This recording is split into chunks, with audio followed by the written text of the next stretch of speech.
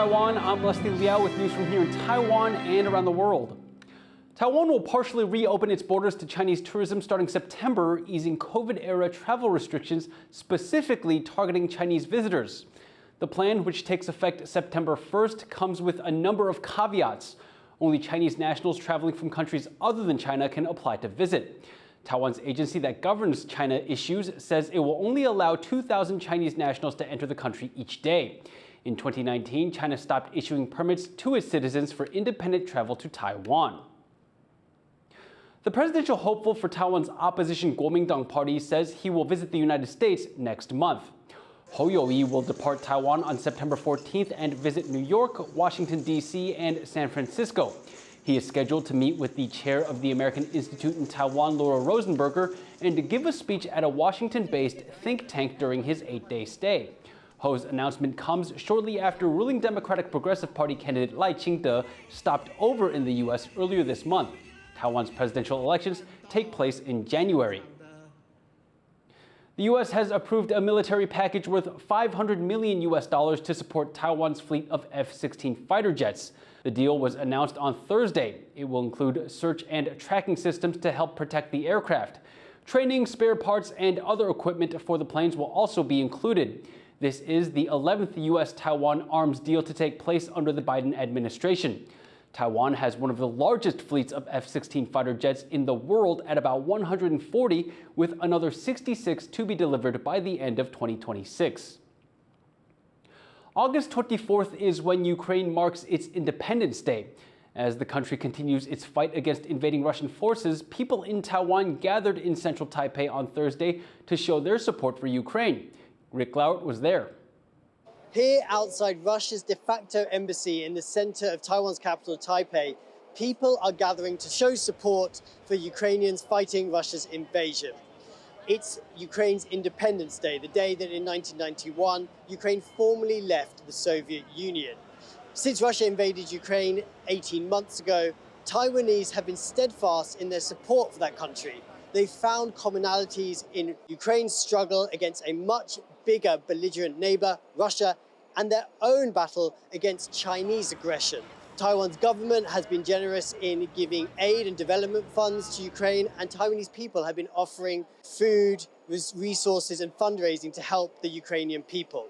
18 months into the war, here on the streets of Taipei, 8,000 kilometers from Ukraine, a show of solidarity. Chris Ma and Liao in Taipei for TaiwanPlus.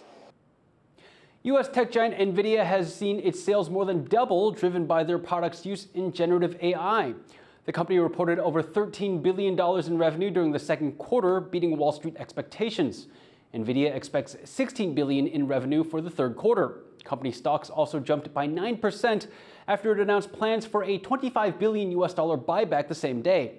Nvidia makes 80% of the world's graphics processing units. These are used in everything from video games to self-driving cars. Earlier this year, Nvidia became the first ever trillion-dollar chip business.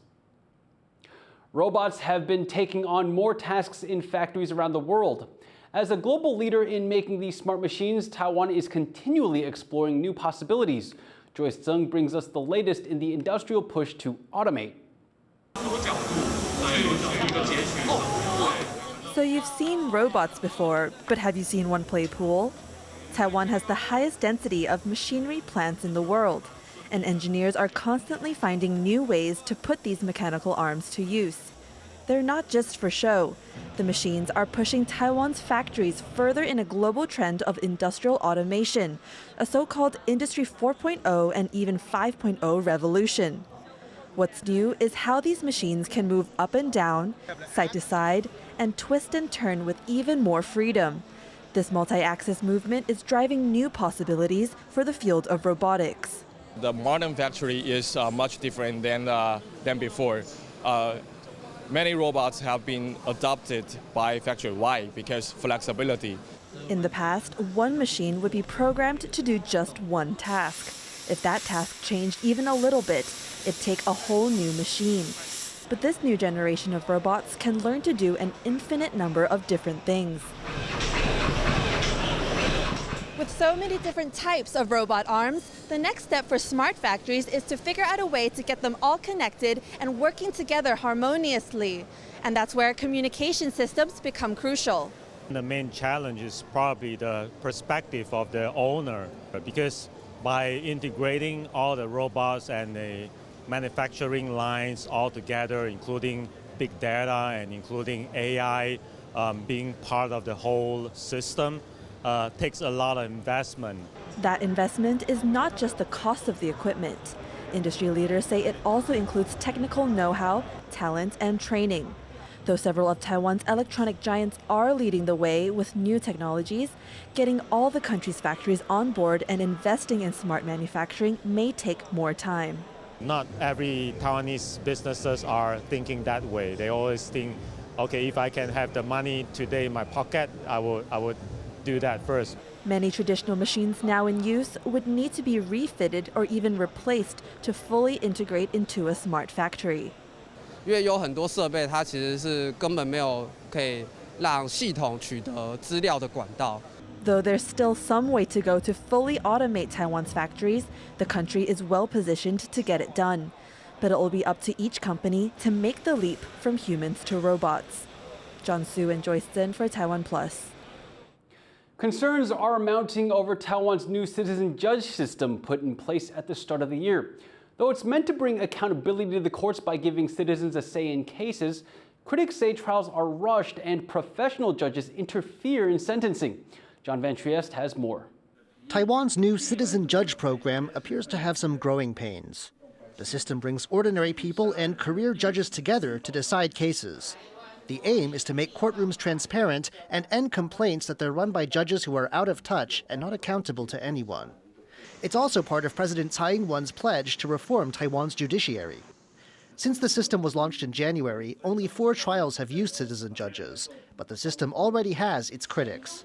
Some say the trials have been rushed. 起诉之后，给予辩护人准备案件的时间可以再适度的增加，让辩护人有足够的时间去了解说这个个案需要哪一些证据。 There are also questions about the influence the professional judges have over sentencing. Some observers say they push for harsher sentences than the citizen judges might want.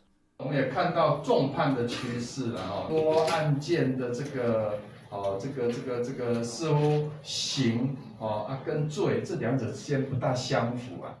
Critics include former citizen judges as well. One, who helped hear a recent murder trial, says the career judges hold a lot of sway, the very thing the new system was meant to reduce. 他已经经历过一次的减刑，法官会跟我们讲一下这次争议的刑法第59条吗？在第2次减刑的话，他的刑期大概会跟重伤害，或者强盗，或者是毒品。 Taiwan's judicial branch says these complaints of overreach by career judges are unfounded. It says all citizen judges are free to voice their views and make independent decisions.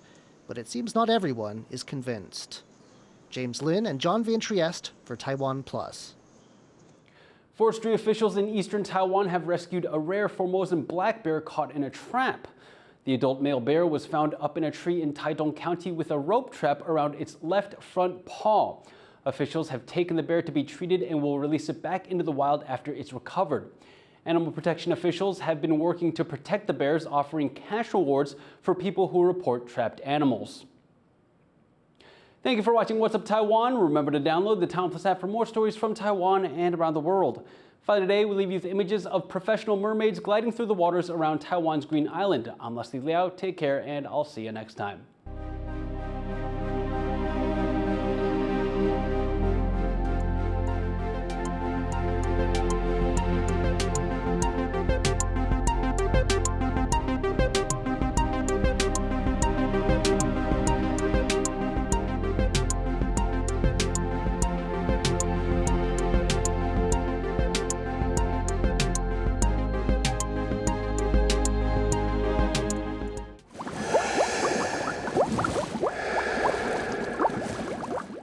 For more stories from here in Taiwan and around the world, download the TaiwanPlus app.